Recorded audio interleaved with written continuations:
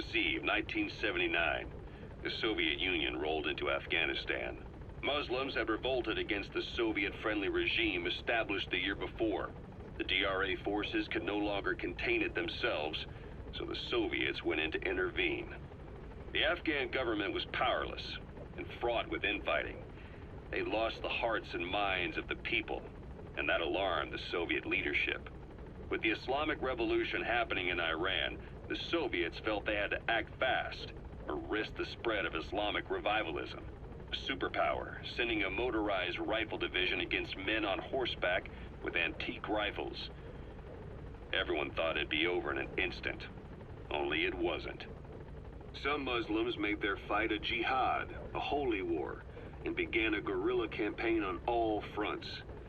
A war of attrition. These fighters call themselves Mujahideen. They're being supported by the West through Pakistan.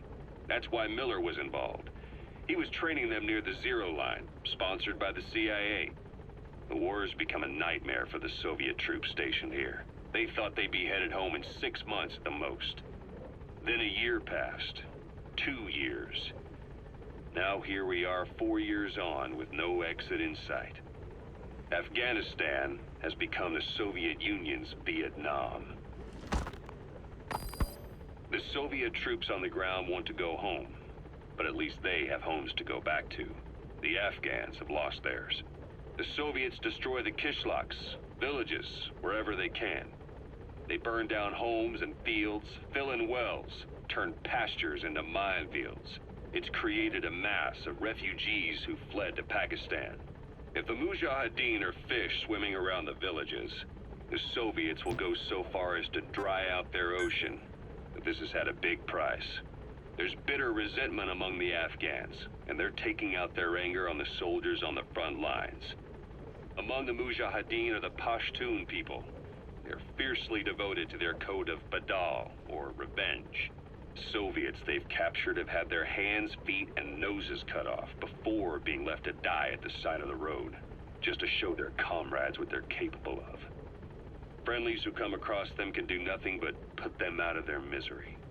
Then they burn down another village in retaliation, and the cycle of vengeance goes on. This war, the Kremlin never expected to have this much trouble against the Mujahideen. Afghanistan is a tribal society. Tradition demands that its people stand up to any outsiders who set foot on their land. With the honor of their people at stake, they have everything to fight for. No matter how hard the Soviets hit them, they continue to appear out of nowhere, striking back, then vanishing again. But there's one thing even the Mujahideen fear. Every last one of them. The Soviet gunships. They're highly maneuverable and equipped with massive firepower. Plus, the underside of the fuselage is heavily armored. The Mujahideen can barely scratch them with their small arms. Anyone who hangs around gets mowed down by the gunship's heavy machine guns. This new honeybee weapon that was given to the Hamid fighters, it's no doubt something to help them strike back against the gunships, which makes it a weapon that could change the course of the war. Those guerrilla fighters known as Mujahideen don't actually belong to a single organization. Afghanistan is a multi-ethnic country. You've got the Pashtuns, the Tajiks, Uzbeks, Hazaras, and each of them is split into their own tribes, large and small.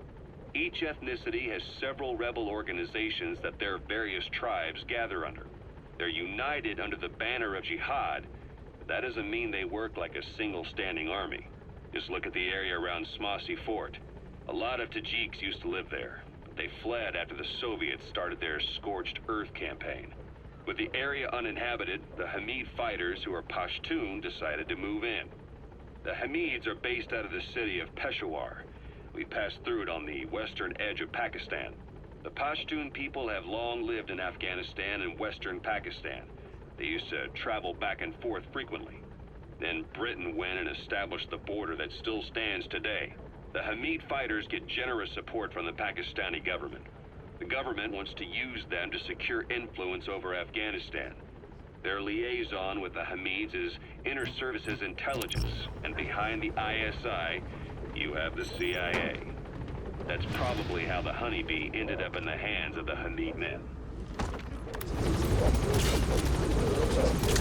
Gaining altitude.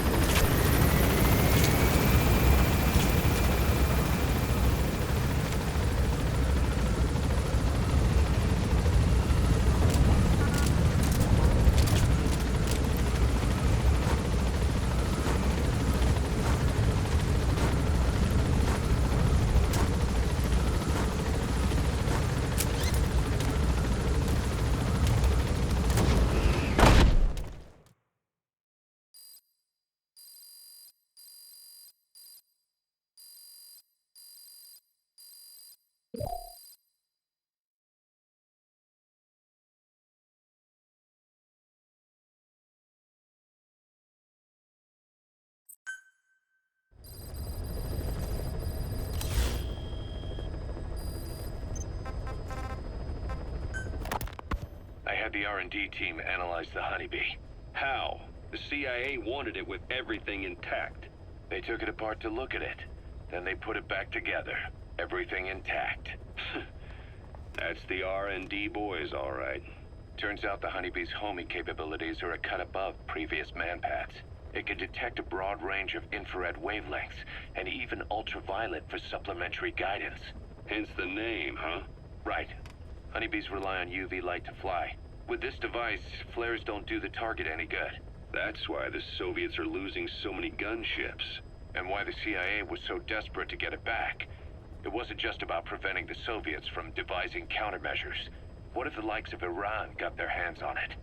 American aircraft would be put at risk too.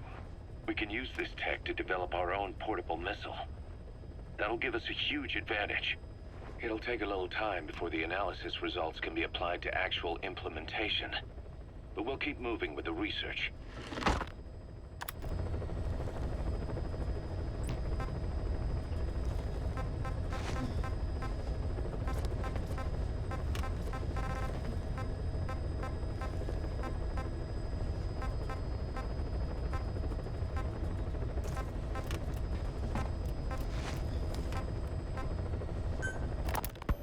Snake, I wanted to ask you about the man on fire.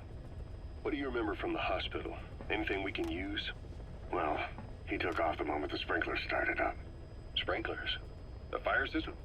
And when he got sprayed with water from the burst pipe, it slowed him down. When we escaped on horseback, he wouldn't cross the river either. And then it started to rain. And he disappeared. Water against fire. Is it that simple? I mean, it makes sense. It's just hard to believe it would work on a guy like that.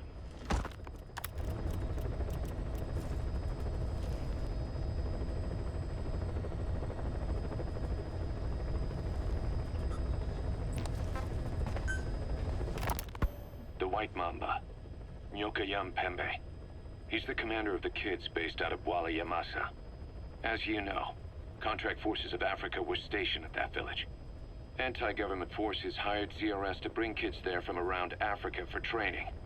But at some point, the adults with the PF started dropping like flies. This was right after we arrived in Africa. We don't know the cause. The kids ended up on their own. Must have been like fish out of water. Nothing to eat, no way to get back home. All the adults taught them was how to use a gun. Sure, they could shoot targets, but hunt for food? Not likely. They wouldn't have lasted long. Then the White Mamba showed up. He was faster and stronger than them, a better soldier, and he knew how to lead. I guess somebody wished upon a star, because their savior turned up like stardust straight out of the blue. The moment he arrived, the kids had their new commander. That was when they started attacking other villages. Word of the infamous White Mamba spread fast. But it isn't just his combat skills that got people talking. As you can tell from the name, he's the only light-skinned kid in the unit. Not to mention the blonde hair and the blue eyes. Not common in those parts. We have no idea where he came from or what he's experienced. The kid's a huge blank. But I'm sure you'll know him when you see him. One other thing. He's still a kid, so don't kill him. Be careful not to hit him with anything lethal. Not even a flesh wound. Our mission objective isn't just suppressing a bunch of militants. This is a DDR operation of the kids in that unit. DDR stands for disarmament, demobilization, and reintegration. Disarmament is obvious. We take their weapons off their hands.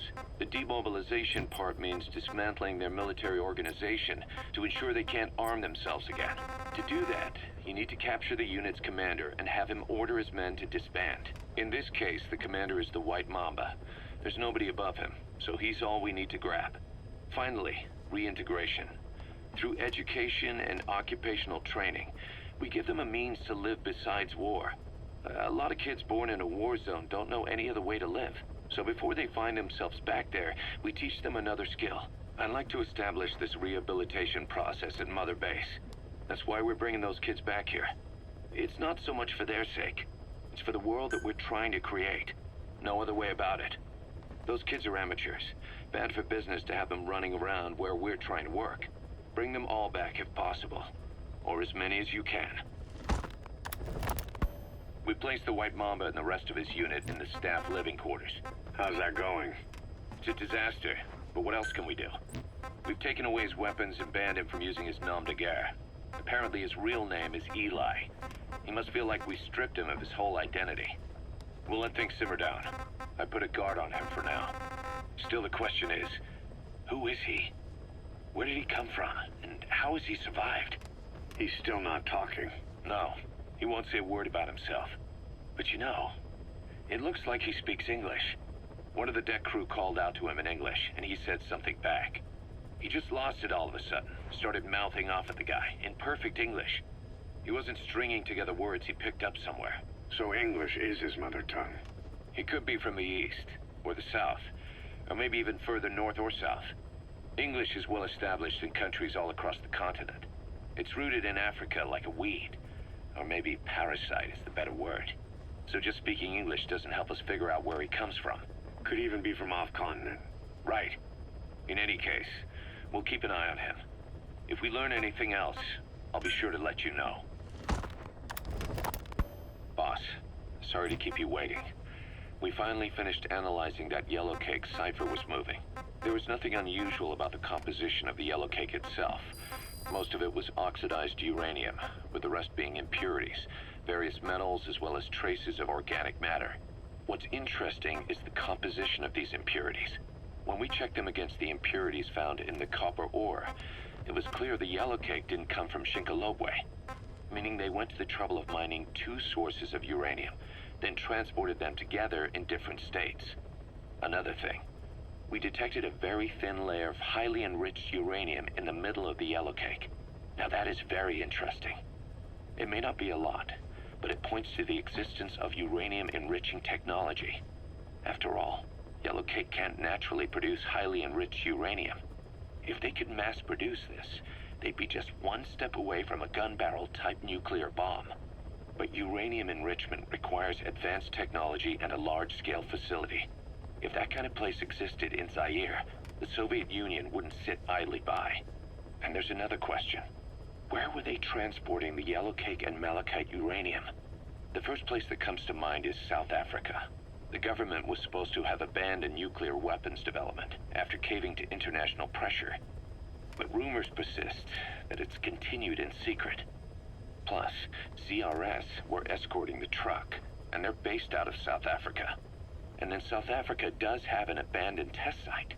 If Cypher's involved with nuclear development in South Africa. But how would that fit with their weapon to surpass Metal Gear? We need more information. Shinkolobwe. There's a name I haven't heard in a while.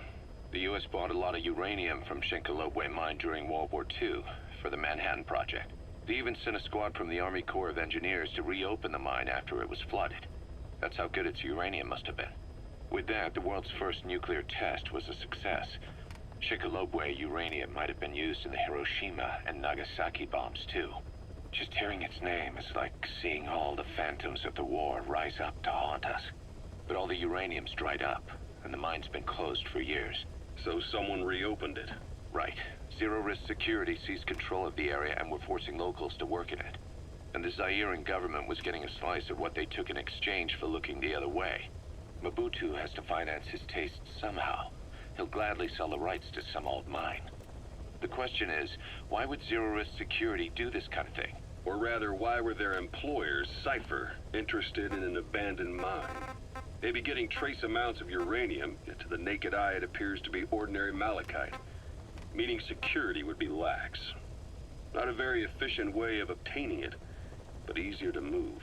But how would they enrich it at its destination? Did the yellow cake really have a layer of highly enriched uranium in it? Having trouble believing it? No. If they say it's real, then it's real. In which case, they might have some enrichment method that we don't know about. And this was to test it out? It's possible. And that would mean it's almost complete. So SALT II still hasn't gone into effect.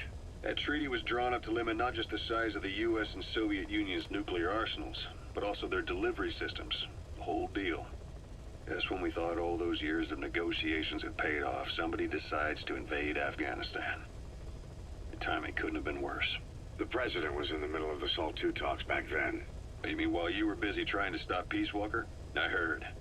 President Ford was meeting with the General Secretary in Vladivostok. In his absence, the political brass in America detected what they didn't realize was false nuclear launch data from Peace Walker, and were on the verge of ordering a retaliatory nuclear strike. Coleman's big idea? Humans are incapable of destroying themselves. Turns out he never knew what humans are capable of. If that AI, the boss, hadn't found a way to stop the fake data transmission, they probably would have gone ahead with the launch. Deterrence was revealed as the pipe dream it was. All thanks to you. And her. The U.S.-Soviet talks looked set to fall through. What happened in Nicaragua no doubt helped trigger a change of heart. But in the end... The time's to find the politics. When you've grabbed their tail, they turn and bite your hand. I first met you 20 years ago now. The place was Selenoyarsk in the Soviet Union. We were enemies. I was with the GRU. You were still fighting for America. 1964. Operation Snake Eater. Its objective? The assassination of the legendary soldier known as the Boss. When you returned home successful, they awarded you the title Big Boss. Your CO, Zero, sought to carry on the boss's will by covertly establishing his own organization. You knew the original members from Operation Snake Eater. From America, there was David O, or as he was to you, Major Zero. Donald Anderson, aka Sigint, Dr. Clark, who went by paramedic during the operation, and the fourth, you. From China, there was Eva, and me, Ocelot, from the Soviet Union. 6 in total. To us, government notions of friend and foe were meaningless. As were East and West, we joined forces by our will alone. Our objective was to fulfill the boss's dying wish, to make the world one. And to do it, Zero used the Philosopher's Legacy, the secret war fund you obtained during Operation Snake Eater. This organization would go on to become Cypher. I, on the other hand, was left with the problem. You only recovered half of the legacy. I had to locate the other half myself. When I found the funds, I passed them on to Zero, just as you wanted.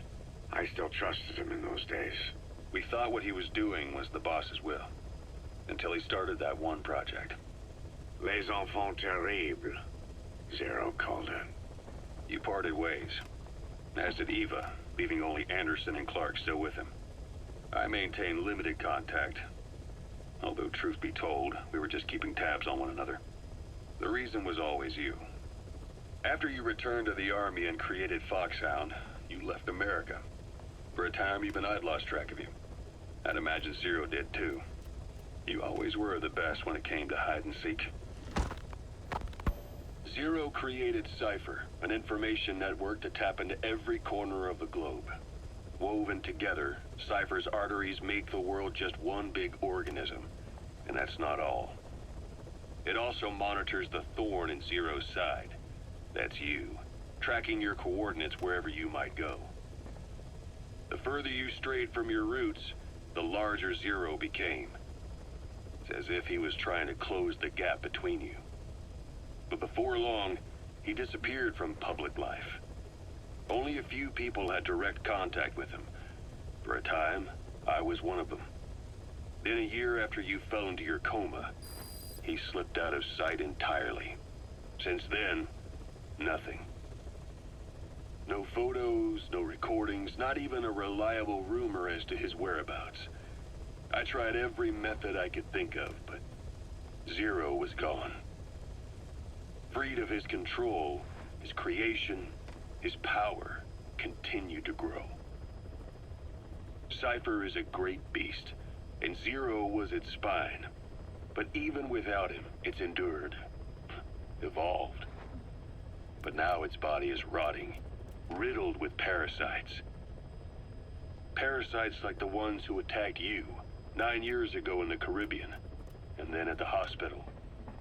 Cypher's Black Ops Unit, XOF. They learned where you were, and came to wipe the slate clean.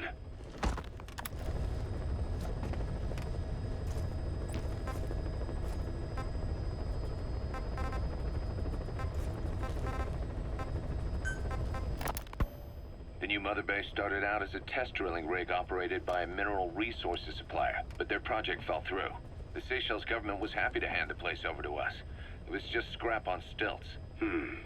So with a few dummy construction companies set up as fronts, we started renovating the half-finished rig.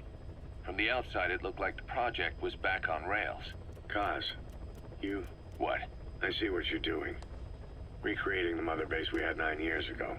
Only this time. That's right. The mother base Cypher thought they destroyed will return from the grave to kill them. We'll prove to the world that we were the victors. And if we lose again? They can't fool us the same way twice. Now our enemies are in plain sight. And when our organization gets too big, we split it across companies. Any company that draws attention gets liquidated, and its capital is back-channeled into a new company. Most PFs are small-time operations anyway. And in this business, the minnows go bankrupt all the time. We've never aroused suspicion. Plus, we have Hewick.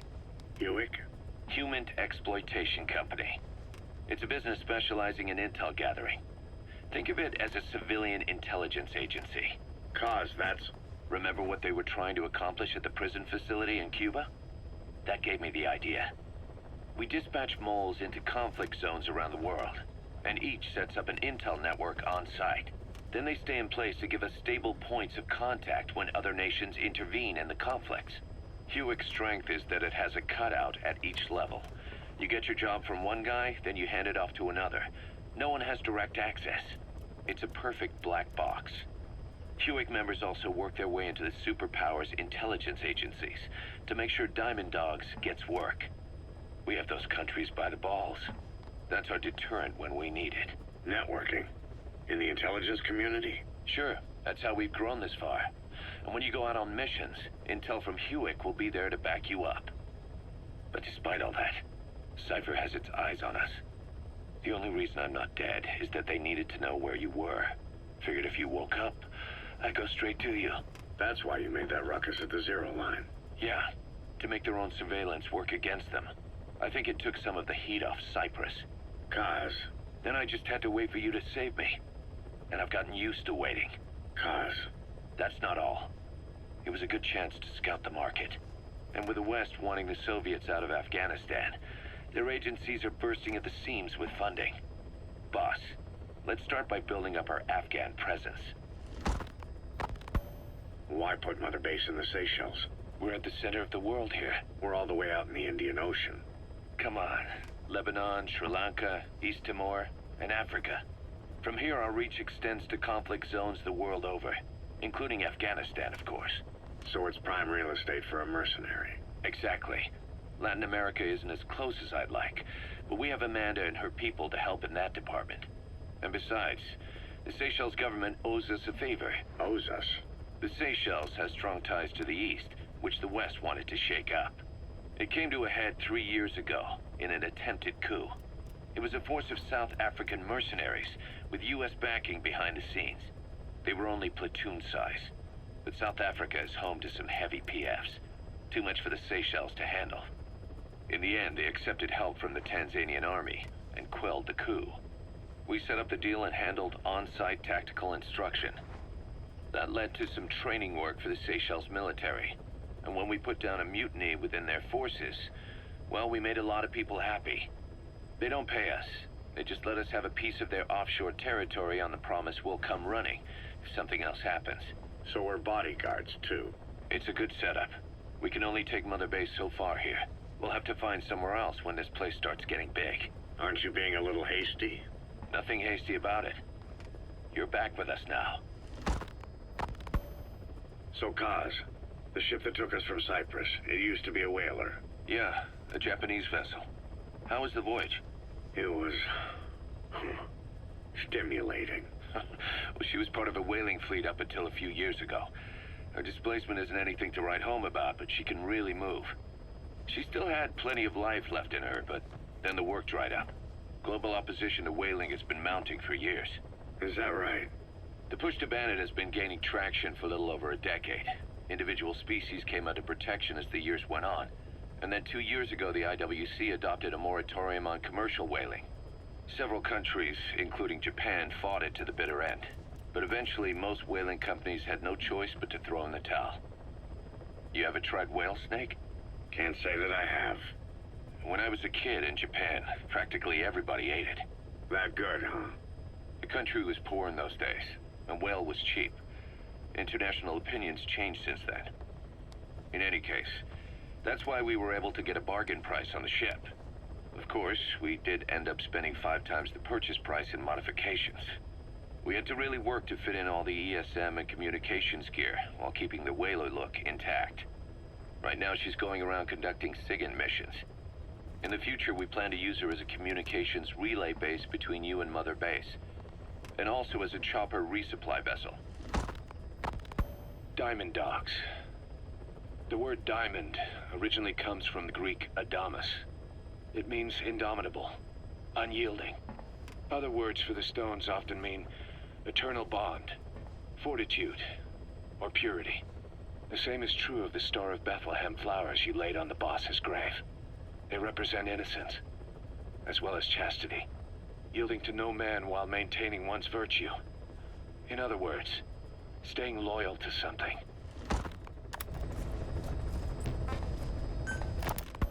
Ocelot said the number of private forces is increasing, and they've modeled themselves after us. They're a far cry from the likes of us. But why? 9 years ago, we made enemies of the world as a nuclear-equipped force, independent of ideology or state. Yes. Sooner or later, the real UN would have stepped in. So why are they giving these PFs free rein? That's our fault, too. What do you mean? What happened 9 years ago was a real problem for a lot of people. An organization as big as ours, with our facilities, was wiped off the map. Not an easy thing to hide. But if our existence came to light, so would the names of our clients. We had contracts all over, east and west, from superpowers to banana republics, the lot. Our clients denied all association with the likes of us. They had to make sure things didn't blow up on them. But at the same time, they missed us. They really missed us. The demand for armies for hire was as strong as ever. The international community turned a blind eye to what happened to us, despite still needing people who could do our jobs. History couldn't afford to lose us. As soon as we were gone, they needed a replacement. So private forces spread everywhere. And they're all just a phone call away. But still. I know. PFs are totally different from what we envisioned. Nation-states, revolutionaries, terrorists. They have a lot of clients, and Cypher is one of them. Cypher stays anonymous, but I know their work when I see it. In the eyes of those clients, the world's PFs are all just expendable pawns. The clients don't have to worry about losing their own men. Nobody knows they're involved, and PFs are cheap. In short, the world is chewing up soldiers and spitting them out. Even some of the old Mother Base's survivors are still working for PFs. Some guys created their own smaller forces. Others were taken on by emerging PFs. Everybody's gone their separate ways. But none of them are living their dream, because they're not fighting with you. Of course, I tried to headhunt as many of them as I could for Diamond Dogs. It was all a waste of time. They said they weren't interested without you to lead them. But now you're back. And everything's gonna change. We'll unite all private forces under you, transcending nations and economies. What is a nation? Just a patch of dirt. The bonds among us will surpass nations. and that's what'll put the world under our control. We'll establish a new kind of country, redefine the very concept of it. Even Cypher will be below us. An extraterritorial federation of military nations. The United States of Force. Once word of Big Boss's return starts traveling, that'll be our true deterrent against Cypher. In other words, no one will dare to come gunning for you. How do you figure? Cypher lacks a large-scale fighting force. PFs are the perfect tool for them. But those PFs revere you, the legendary Big Boss. If Cypher killed you now, they wouldn't take it lying down. Maybe they'd even go looking for revenge, but they definitely wouldn't keep doing Cypher's dirty work, even if it put their lives at stake. That's why it's no longer a benefit to Cypher to get rid of you. The very fact that you're alive is our greatest defense against Cypher. Nice to know. It'll buy us some time while we get back to full strength. Just keep in mind that what I'm saying is generalizing a lot. In practice, the PFs around the world don't know your face. Just declaring that you're Big Boss won't be enough to convince them. And if they see you as an enemy, they'll come at you with everything they've got. Some hero. That's why you need to bring them back to Mother Base. Show them on your terms that you really are the one and only Big Boss. Once you've proven that, they won't hesitate to join us. We were lucky to get our hands on that cyborg arm developer. There's no one in Diamond Dogs who can so much as maintain that thing. Bionic arm, not cyborg, if you go by what he calls it. But you're right, the East is light years ahead in bionics. They can even detect through the skin the slight electrical signals from the brain that order muscles to move. And the Soviet Union completed their first bionic arm capable of doing that back in the 60s. Although I guess that news didn't really reach the West. No kidding. Zadornov's was the only one I ever saw. Quite a shock to see it for the first time. And it was no mean feat to get hold of Snake's arm. I couldn't get one for you at the time, but you know, now... Forget it. I've no intention of relying on bionics. Right now I need to keep the pain fresh in my mind. Well, it's your decision. But don't you find it... inconvenient? Not a bit. But the phantom pain, it never lets up. Do you know how many men I saw die that day? There's nothing we can do to bring them back. And you expect me to care about getting a measly arm and leg back? Sorry. But my pain belongs to all our dead comrades. I'll keep living with it for their sake. It'll guide me straight and true until I've gotten them the vengeance they deserve.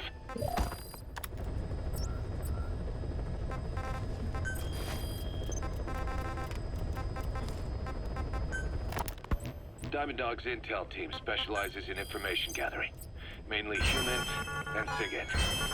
They plant scouts and moles in the field. These operatives will blend into the local populace and work under the guise of a resident, or disguise themselves as travelers and ask around for information. They observe targets using various hidden bugs, cameras, and transmitters, and by tapping their satellite and phone communications. Analyzing all this information creates a clear picture of how wars and the PFs fighting them are changing. This data can also be used for threat assessment when deciding whether to accept contracts from certain clients. And during missions, the intel team keeps track of target locations and produces FOM predictions, reporting mission-critical information based on real-time remote observation of changes in the AO.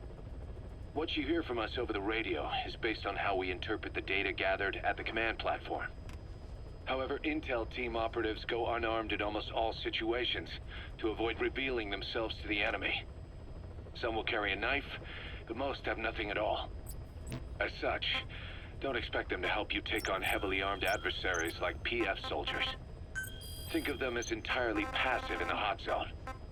Plus, they use all manner of techniques to remain inconspicuous in the field. If you ever spot one, you'll have some serious explaining to do.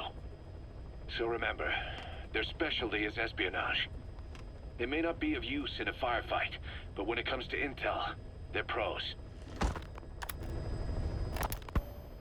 DD makes a pretty good partner, huh, boss? Too early to say. Yeah?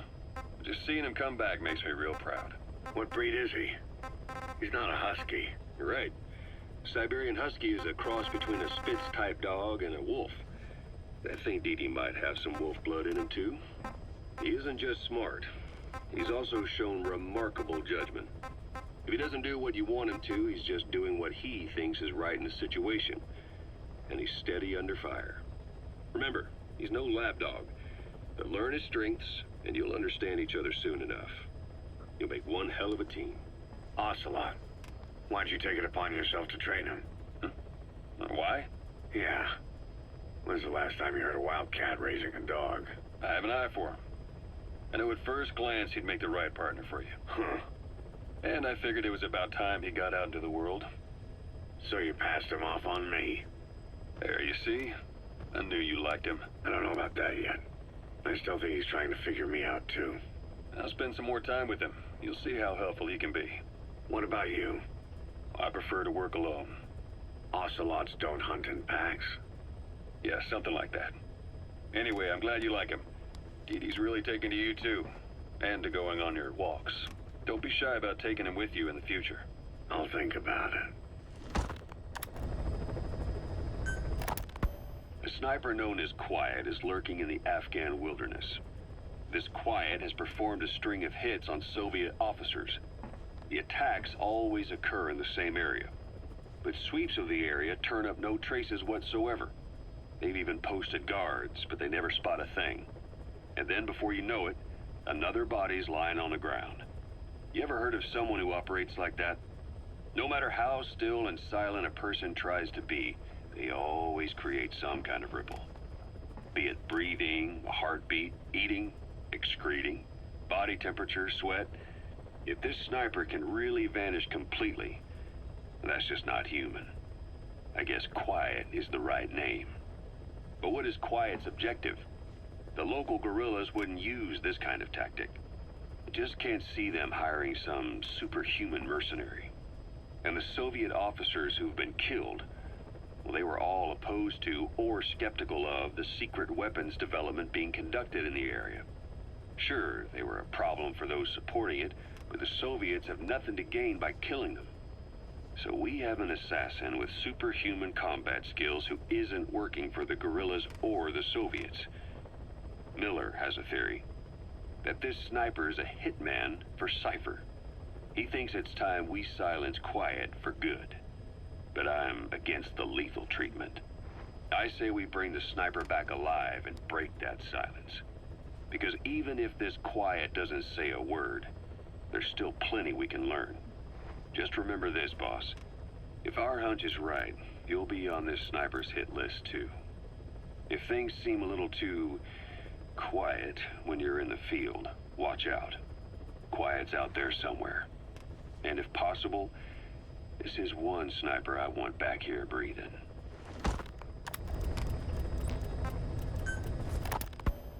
When Quiet first came here, she demonstrated her marksmanship against that enemy fighter plane. It showed she was much more than your everyday crack shot. Hitting a moving target from 600 meters is a challenge, but it's possible with the right training and equipment. But shooting down that missile, that's a world apart from taking out a soldier on patrol. The chopper and the missile were in motion, meaning different vectors at high velocity in three-dimensional space, and she shot an unguided bullet that had to fight air resistance and gravity. All that while the chopper was taking evasive maneuvers. Some of the best target leading I've ever known. She has a superhuman sense of spatial awareness. You put her in a fighter jet, and she'd be an ace right off the bat. Hell, your judgment was top class too. Realizing she could take out that pilot, that's quick thinking. You and Quiet could make a hell of a team. You'd be damn near unstoppable. Quiet is still in her cell. Only a few staff are authorized to go near her. She hasn't tried anything funny, but that's what bothers me most. In particular? What does she have to gain by coming to Mother Base? I first thought she was under orders from Cypher to take you out. She didn't manage it in Afghanistan, so round 2 happens here. So I lighten the guard. And that lock on her door is a joke. You gave her an opening. And? Well, she hasn't killed you yet. And I hate to say it, but she's had plenty of chances. You made me the bait. Poisonous bait. What better? Anyway, she didn't bite. Quiet is keeping her silence. So I'm left with no idea again what she's doing here. We tried communicating with her through writing. That didn't work either. Whether she's illiterate, dyslexic, or just plain stubborn, she won't cooperate. I just don't get it. If she tried to contact the outside, it'd be picked up by our counterintelligence net, but it's clean. There's no sign she's had contact with the staff, the base facilities, nothing. She's almost got the men wanting her to try something, just to find out what she's up to. And she's in there putting on the failed soldier look, all downcast eyes and defeated sighs. But she doesn't kill herself. She can't be trying to leave Cypher and surrender to us. So what's the verdict? This may sound optimistic, but here's how I see it. Quiet came here to fulfill some objective. To kill you, maybe to destroy Diamond Dogs. Whatever it was, before she could do it, something changed her mind. Yes. When I look at her, I sense hesitation. You think she betrayed Cypher? Can't say for sure. I prefer the ones that talk. Anyway, we'll keep her under watch. And we're also looking into those special abilities of hers. You'll be the first to know if something comes up. Why not look in on her yourself once in a while? Right. Boss, Quiet still hasn't made any moves. It's got me thinking. What? If you took her on a mission, she might break her silence. You want to let her out? Sure. Make her no different to the others. Everyone you pick up works for themselves, right? But her... I say work with her. See what happens. I wouldn't ask this of anyone but you. On missions, I'll make sure we have someone observing from a distance, and she won't be allowed access to all of the base. As for Miller, well, sometimes it's better to ask forgiveness than permission.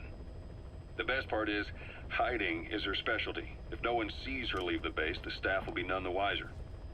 And if she gets away? If that happens, you'll have to take care of her. But I have faith in you, boss. I think Quiet sees something in you. It's a big risk. But it's for the good of all of us. And besides, you can't deny her talent. Her unique skills and abilities would give you a hell of an edge out there. I'll think it over. How long are we gonna keep that woman here? You mean Quiet? My personal feelings aside, she's putting everybody on edge. You should hear the stories. I got sick from just standing guard at her cell. I won't stand on the same platform as that witch. She hit me for no reason. What is this, a private army or a kindergarten? The thing is, they're all serious. They're faced with something they don't understand, and a kind of mass hysteria has broken out. I've gotten wind of countless plots to take her out. There are no grounds for this suspicion whatsoever. Put yourself in her shoes, assuming they see her as a prisoner here. No, even more so, if they do, she deserves to be treated humanely. I always thought our men were a bit more noble-minded, but... Look, I understand this is a stressful line of work, but to make her the scapegoat...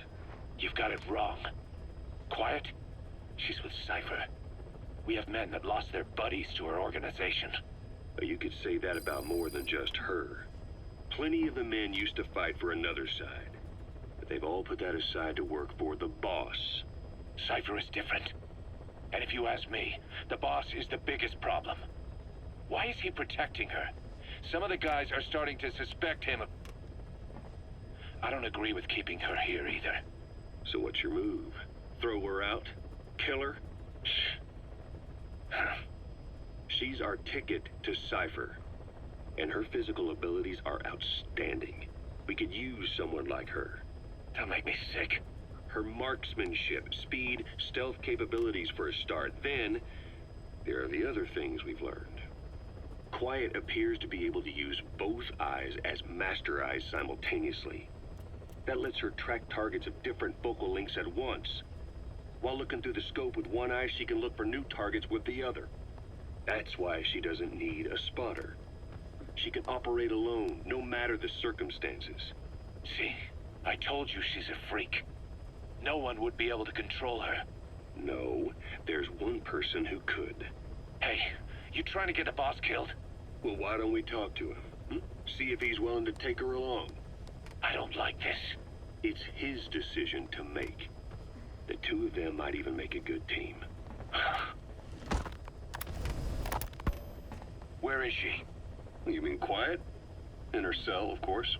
Why did you send her out with the boss on that mission? She proved herself well enough, didn't she? The boss sure knows talent when he sees it. That woman will never be one of us. She's targeting him. Don't forget, we do owe her one. What's that supposed to mean? Remember what happened when she first got here? She shot down the aircraft Cypher sent after us. Not only that, she hit the cockpit. Who else could have done that? We're talking about a fighter jet traveling at Mach speed.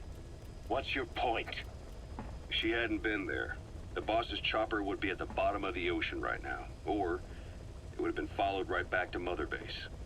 So let's say she does have some elaborate scheme in the works. If you want to catch her in the act, all we can do is sit back and wait.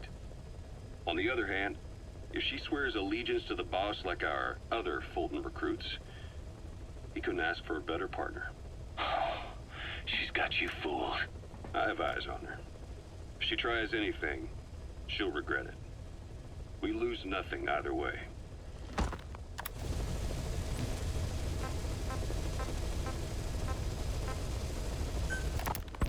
Hard to believe how many of those bipedal weapons have popped up around Africa. When did that start? No more than 6 months ago. Didn't really hit me until I came here. They're not supposed to be in use yet. Emmerich says they were still doing the last round of fine-tuning. The doctor has no idea. His research has already hit the black market. Both sides of the Iron Curtain will have it by now. Even so, they're spreading much too fast. Sure, the Walker gears can operate in any terrain. Their mobility's just as good in the jungle as it is in the desert. That would come in handy in a place like Africa. They are modules that can one day be used as nuclear weapon systems. And with that in mind, the numbers are way too large. There must be another reason they're so widespread. Like what? It's all about needs. To small-time outfits like most of these private forces, this product is a dream come true. Hell, it goes beyond PFs. This is the ultimate weapon, the forbidden fruit, for anyone with an enemy to fight and people to defend. A nuclear deterrent. Exactly. Sounds familiar, huh? PFs are all operating off your playbook. You created these times. But could this be the new weapon in Africa that Emmerich talked about? If it is, why is Cypher letting everyone and his brother get their hands on one? What comes next? Selling nuclear weapons in the open? Making them public property? Why don't they give that a try? Then the next war really will be fought with sticks. Right. The man we're dealing with isn't foolish enough to make a suicide pact with the world. So, what is Cypher really up to?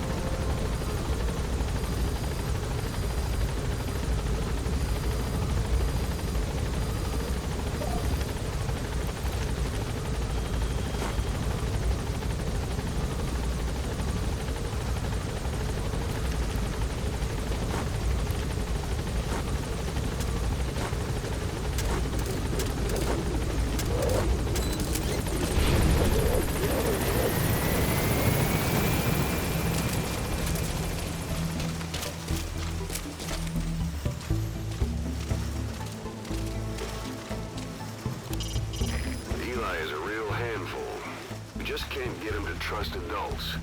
I only hope he doesn't cause any serious trouble.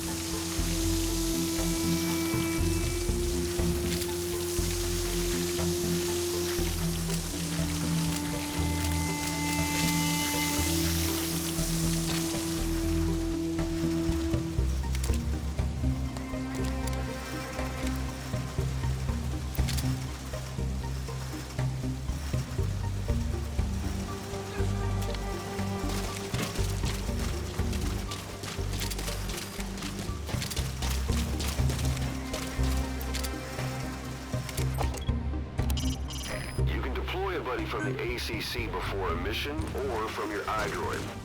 Think carefully about the mission's objectives before deciding who you'd better take along. If you develop specialized equipment for them, they'll be able to help you out in even more situations.